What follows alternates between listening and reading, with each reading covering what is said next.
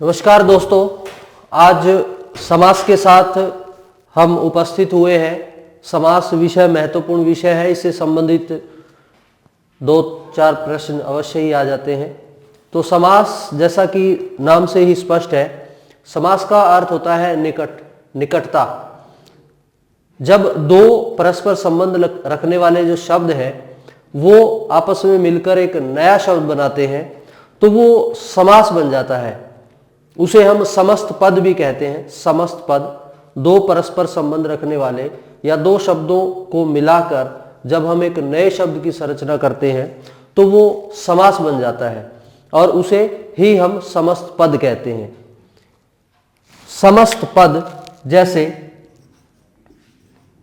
यथाशक्ति, देखिए यथा और शक्ति ये दो अलग पद हैं।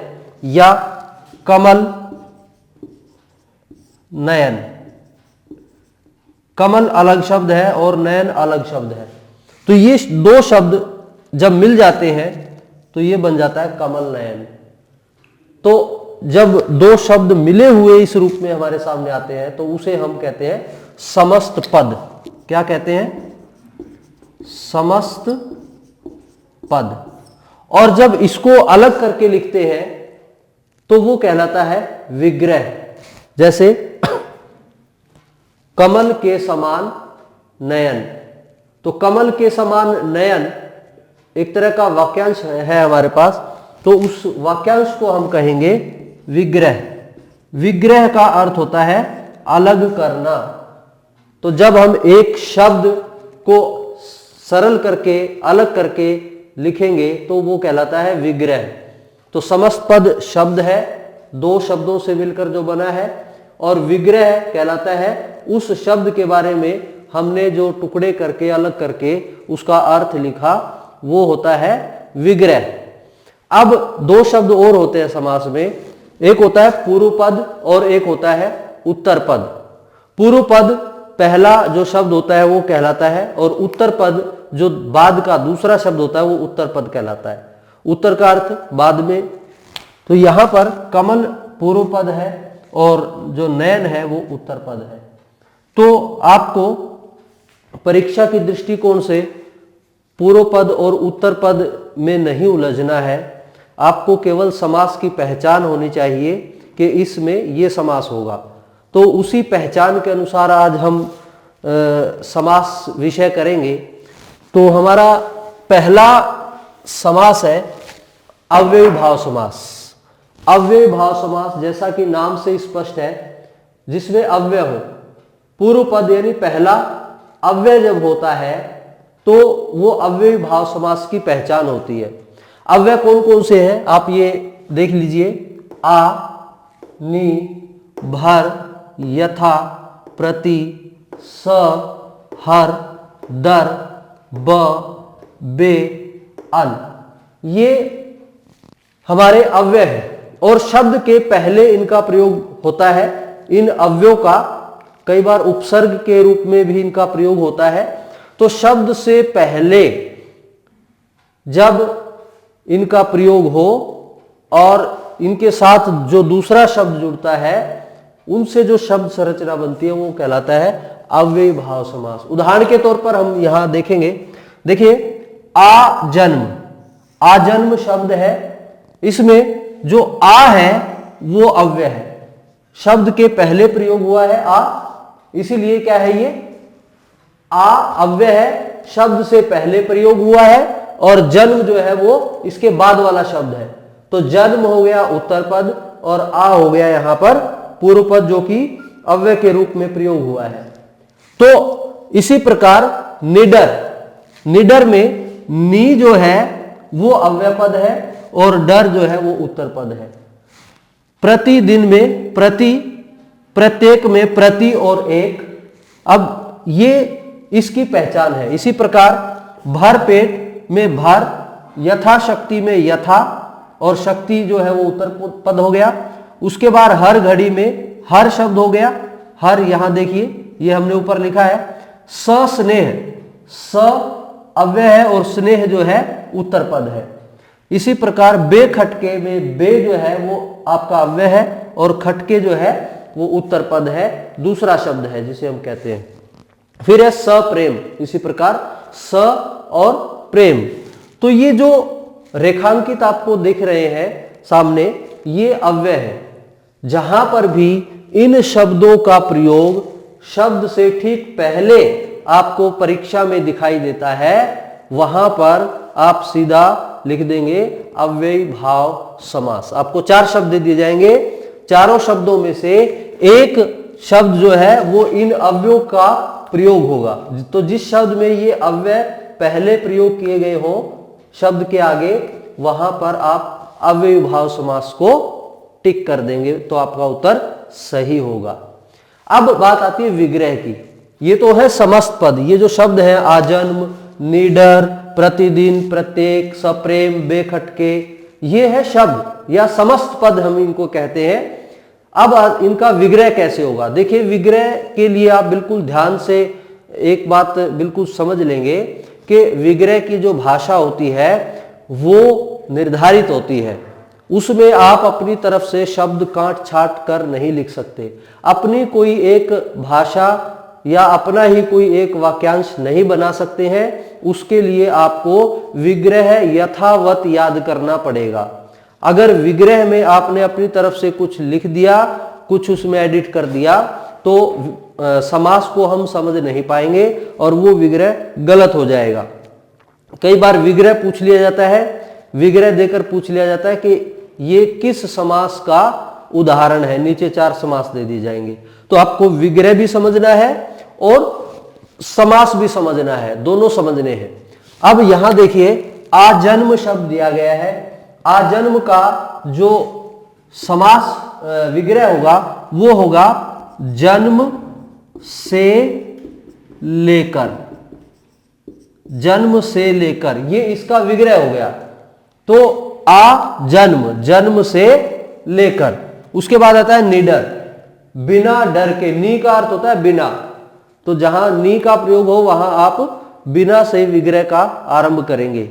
निडर, बिना डर के। निर्भय, बिना भय के। ठीक है, तो यहां पर नी अव्यय है और डर उत्तर पद है, तो इसका विग्रह होगा बिना डर के। उसके बाद आता है प्रतिदिन। प्रतिदिन, हर दिन। प्रतिदिन का विग्रह हर दिन होगा। यहां पर प्रति अव्यय है, जो प्रत्येक शब्द है इसमें प्रति अव्यय है और इसका विग्रह होगा एक एक। प्रत्येक, एक एक या हर एक, दोनों रूप से हम प्रत्येक इसका विग्रह कर सकते हैं। एक एक या हर एक, तो ये दोनों ही इसके विग्रह कहलाएंगे। इसके बाद आता है भर पेट। भर अव्यय है और पेट जो है उत्तर पद है। इसका विग्रह होगा पेट भर कर। भर पेट, पेट भर कर। यथाशक्ति, यथाशक्ति, शक्ति के अनुसार। ये आपको अपनी पुस्तकों से पढ़ने पड़ेंगे। इसके लिए कोई शॉर्टकट कोई तरीका नहीं है। इनको हम बार बार पढ़ेंगे, लिखकर देखेंगे तो ये याद हो जाएंगे। यथाशक्ति, शक्ति के अनुसार। यथामति, मति के अनुसार। तो जहां पर यथा शब्द लगेगा पूर्व पद में, यानी पहला शब्द पद जो अव्यय जो है वो यथा होगा, तो वहां पर आप क्या करेंगे? के अनुसार लगा देंगे। यथाशक्ति, शक्ति के अनुसार। यथामति, मति के अनुसार। उसके बाद हर घड़ी। हर घड़ी यानी घड़ी घड़ी। हर का मतलब होता है प्रत्येक, हर, हर एक, तो वहां पर इसका विग्रह हो जाएगा घड़ी घड़ी। हर घड़ी, घड़ी घड़ी, बीच में आप योजक लगा देंगे। ठीक है, घड़ी घड़ी, हर घड़ी। स्नेह, यानी स का अर्थ आपको पता है कि सहित होता है। स सहित, तो स्नेह, स्नेह सहित। और प्रेम, प्रेम सहित। तो इस प्रकार इसका विग्रह होगा। बे खटके, बे जो है वो भी अव्यय है। बे का अर्थ होता है बिना, बे का अर्थ है बिना, बिना खटके के, बे खटके बिना खटके के, ये इसका विग्रह होगा।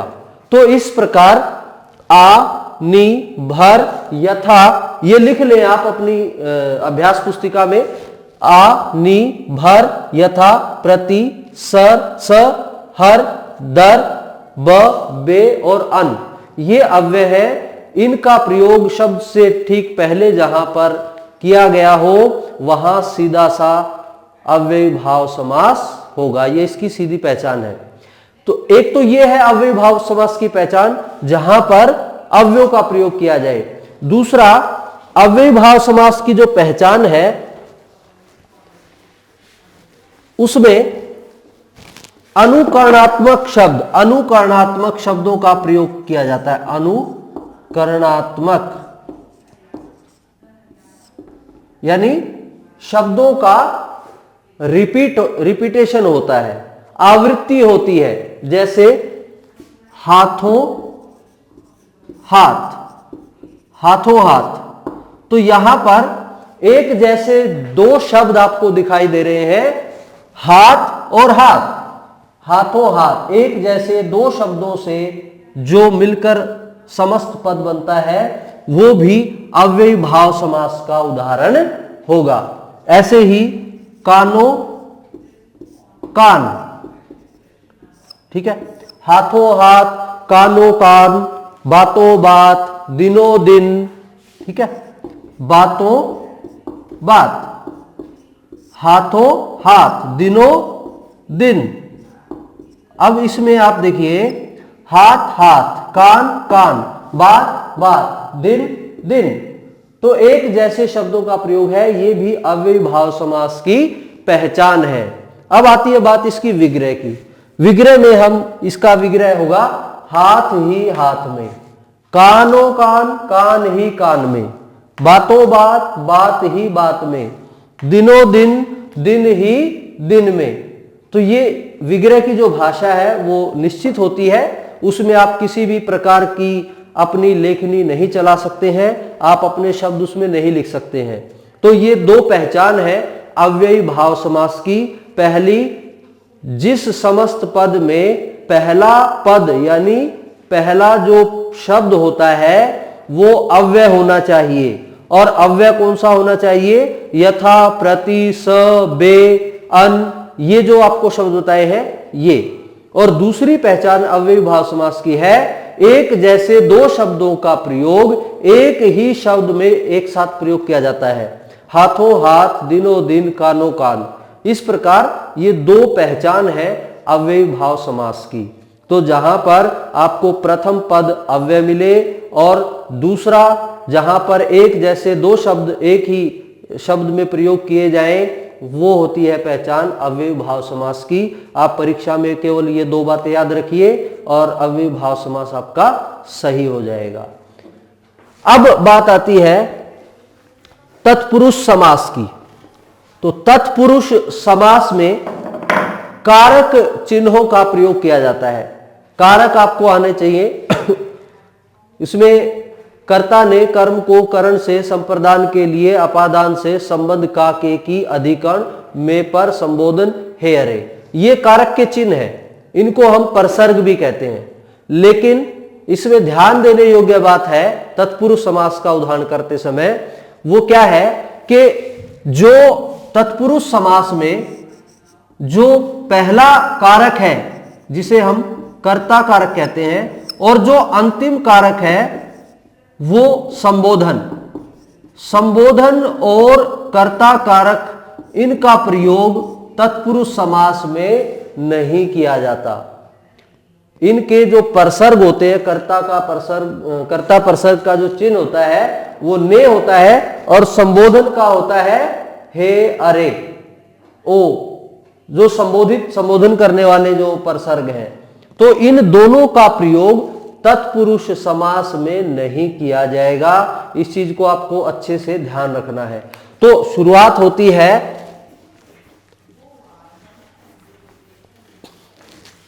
कर्म कारक से, कर्म कारक जिसका चिन्ह होता है कर्म को इसका चिन्ह होता है, और इसके अंतर्गत हम करेंगे ग्राम गत।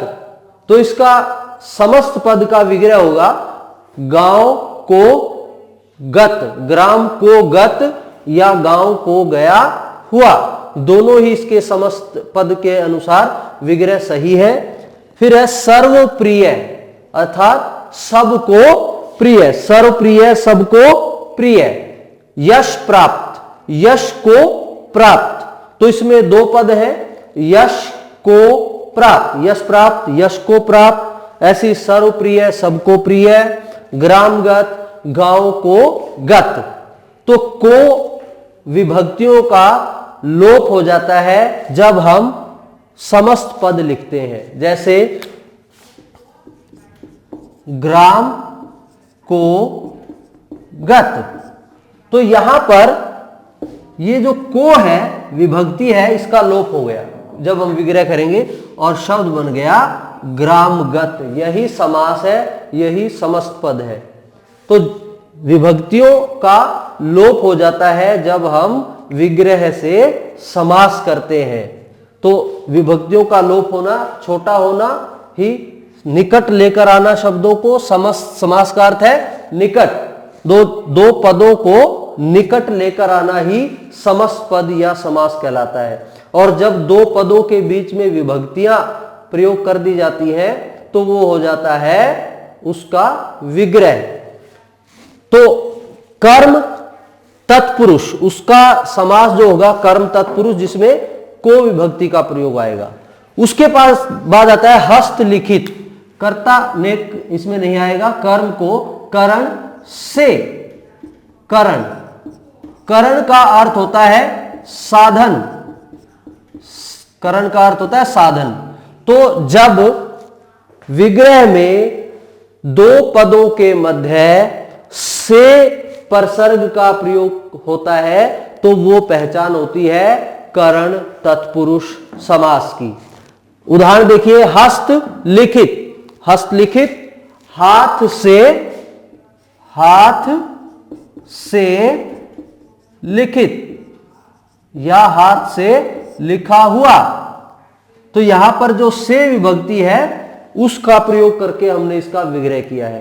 तो करण का अर्थ होता है साधन, लिखने का जो साधन है वो क्या है, हाथ, हस्तलिखित, हाथ के द्वारा लिखा हुआ। इसी प्रकार तुलसी कृत, तुलसी द्वारा कृत या तुलसी से कृत, दोनों ही जो उदाहरण हैं वो होंगे आपके करण तत्पुरुष। तुलसी कृत, हस्तलिखित, ये आपके करण तत्पुरुष समास के उदाहरण है जहां पर परसर्ग से का प्रयोग होता है या विभक्ति भी हम इसे कह सकते हैं। उसके बाद आता है संप्रदान, संप्रदान, संप्रदान, कर्ता ने कर्म को कर्ण से संप्रदान के लिए, ठीक है। इसका जो परसर्ग है संप्रदान का वो है के लिए, जैसे गुरु दक्षिणा, गुरु दक्षिणा। तो इसका जो विग्रह होगा वो होगा गुरु के लिए दक्षिणा। बीच में हम गुरु और दक्षिणा शब्द के बीच में हम क्या लिख देंगे, गुरु और दक्षिणा शब्द के बीच में हम के लिए ऐड कर देंगे तो वो हो जाएगा इसका विग्रह, गुरु के लिए दक्षिणा। ऐसे ही शब्द है मालगाड़ी, मालगाड़ी। तो ये दो अलग पद हैं, ऐसे बीच में हम क्या ऐड कर देंगे, के लिए। तो ये इसका विग्रह बन गया माल के लिए गाड़ी। तो ये इसका विग्रह हो गया। तो जहां पर के लिए परसर्ग का प्रयोग हो विग्रह में, वहां होगा संप्रदान तत्पुरुष। आपसे केवल तत्पुरुष ही नहीं, आपसे पूछा जा सकता है कि कर्म तत्पुरुष का उदाहरण कौन सा है इनमें से, संप्रदान तत्पुरुष का उदाहरण कौन सा है, अपादान तत्पुरुष का उदाहरण कौन सा है। तो आपको घबराने की आवश्यकता नहीं है। आप कारक चिन्ह याद आप आपको है उसमें पहला कर्ता कारक और अंतिम संबोधन, इनको छोड़कर जो बीच के जितने भी कारक प्रसर्ग है आप उन प्रसर्गों को मन में क्रम से याद रखिएगा और उसी के अनुसार आप तत्पुरुष समास का सही उत्तर ढूंढ लीजिएगा। कारक आपको एक बार पता लग गया कि हाँ इसके विग्रह में ये कारक है, तो आप सीधा तत्पुरुष समास उसमें लिख देंगे। उसके पश्चात आता है से प्रसर्ग, आपको पता है किसका है? अपादान कारक का। अपादान इसका जो प्रसर्ग है वो है से। अब ऋण मुक्त, ऋण से मुक्त, देखिए ऋण मुक्त, इसमें ऋण मुक्त दो पद हैं आपके, तो दो पदों में ऋण बीच में हम क्या प्रसर्ग लिख देंगे? से, तो इसका विग्रह हो जाएगा ऋण से मुक्त। जब अलग होने का भाव हो तो वहां पर अपादान कारक होता है। से का अर्थ होता है अलग होना। से के लिए ऋण से मुक्त, ऋण से अलग। किसी व्यक्ति ने किसी से ऋण लिया था, वो उसके पास था और फिर उसने उस ऋण को लौटा दिया, अपने से उसको अलग कर दिया, दूर हो गया, वो जो लिया हुआ ऋण था वो उऋण हो गया उससे, तो अलग होने का भाव यहां पर आ रहा है और से प्रसर्ग इसकी पहचान है, तो ऋण से मुक्त, तो यहां पर अपादान तत्पुरुष समास होगा। ऐसे ही धनहीन, धन से हीन, बिना धन के, तो धन से हीन, ये इसका विग्रह होगा। तो इस प्रकार से जो आपका प्रसर्ग है वो होगा अपादान तत्पुरुष समास। फिर आता है संबंध तत्पुरुष समास। संबंध कारक भी है, संबंध तत्पुरुष समास, जिसका जो प्रसर्ग है वो है का, के, की, का, के, की, रा, रे, री। तो इसमें हमने उदाहरण लिखा है गंगा जल, गंगा जल। अब गंगा एक अलग शब्द है और जल एक अलग शब्द है, बीच में हम क्या डाल देंगे? का, इसको फिट कर देंगे इसमें, तो ये गंगा जल का विग्रह हो गया। गंगा का जल, पानी का और गंगा का संबंध, ये व्यक्तिवाचक संज्ञा और ये जातिवाचक संज्ञा। तो व्यक्तिवाचक संज्ञा और जातिवाचक संज्ञा दो अलग अलग पद हैं, जब इनको हम मिला देंगे तो ये एक अर्थ को प्रकट करेगा और हो जाएगा गंगा जल, गंगा का जल। इनका संबंध है आपस में, तो यहां पर का प्रसर्ग का प्रयोग किया गया है, गंगा का जल। ऐसे ही लखपति, लाखों का पति, लखपति, करोड़पति हम लिख सकते हैं। लखपति, लाखों का पति, तो लखपति, लाखों का पति। अगर हम इस कारक चिन्ह को मिटा देंगे तो हमारे पास यही शब्द है, लाखों लख से है और पति यहां, तो विभक्तियों का लोप हो जाता है समास करते समय, समस्त पद में बदलते समय विग्रह को। तो लाखों का पति, ऐसे करोड़पति, करोड़ों का पति, ये इसका विग्रह हो गया। विग्रह की भाषा में किसी प्रकार का कोई बदलाव अपनी तरफ से हम नहीं कर सकते। तो इसी प्रकार आगे है अधिकरण तत्पुरुष। अधिकरण का अधिकरण तत्पुरुष समास को समझने के लिए ये जो कारक चिन्ह है इनको समझना बहुत जरूरी है।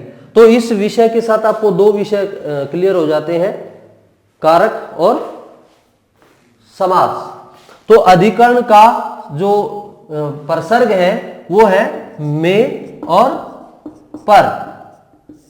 अधिकरण का अर्थ क्या होता है? अधिकरण का अर्थ होता है आधार। अधिकरण का अर्थ है आधार। अब मेरे हाथ में ये लेखनी आप देख रहे हो, तो इस लेखनी का जो आधार है वो क्या है? हाथ। मेरे हाथ में ये जो झाड़न है जिसे आप डस्टर कहते हैं, ये इसका आधार क्या है? मेरा हाथ। मैंने जो ये वस्त्र पहने हैं इनका आधार क्या है? शरीर। जो पंखा ऊपर छत पर लगा हुआ है उस पंखे का आधार क्या है? छत। तो आधार अधिकरण शब्द के अंतर्गत आता है जिसका अर्थ होता है बेस। तो इसी पर निर्धारित है वन वास, वन में वास, वन में रहना। वनवास शब्द है वन वास, अर्थात वन में वास। किसी व्यक्ति का जो आधार है वो क्या है? वन। वास का आधार, रहने का आधार क्या है? वन। वो वन में रह रहा है। श्री रामचंद्र जी को वनवास मिला। तो व्यक्ति के वास यानी निवास का जो आधार है वो क्या है? वन। तो वन में वास। तो में कारक चिन्ह आ गया है और में कारक चिन्ह अधिकरण तत्पुरुष समास अधिकरण का है, इसलिए यहां पर हो गया अधिकरण तत्पुरुष समास। तो इसी प्रकार घुड़सवार, एक शब्द है घुड़सवार, घुड़सवार। अब देखिए घोड़ा सवार पर बैठा है या सवार घोड़े पर बैठा है? क्या है? घोड़ा है, उसके ऊपर सवार जो है वो बैठा है। तो घुड़सवार जो व्यक्ति बैठा है उसका आधार क्या है? घोड़ा। घोड़ा उसका आधार है और जो ऊपर बैठने वाला व्यक्ति है वो उस पर टिका हुआ है। तो इसी आधार पर हम इसका विग्रह करेंगे। घोड़े पर, ये पर यहां आ गया सवार, तो घोड़े पर सवार। घोड़ा आधार है, अधिकरण का अर्थ है आधार, और उसके ऊपर जो सवार बैठा है वो उसके ऊपर है। तो यहां पर आधारे अधिकरण च, अधिकरण का अर्थ होता है आधार। तो जहां पर में या पर विभक्ति चिन्ह का विग्रह में प्रयोग हो वहां पर अधिकरण तत्पुरुष समास होगा। ऐसे ही शब्द है सिर दर्द। क्या है? सिर दर्द, सिर दर्द। अब सिर में दर्द, ठीक है। में जो है वो परसर्ग का प्रयोग है और दर्द। तो दर्द का आधार क्या है? दर्द कहां है? सिर में।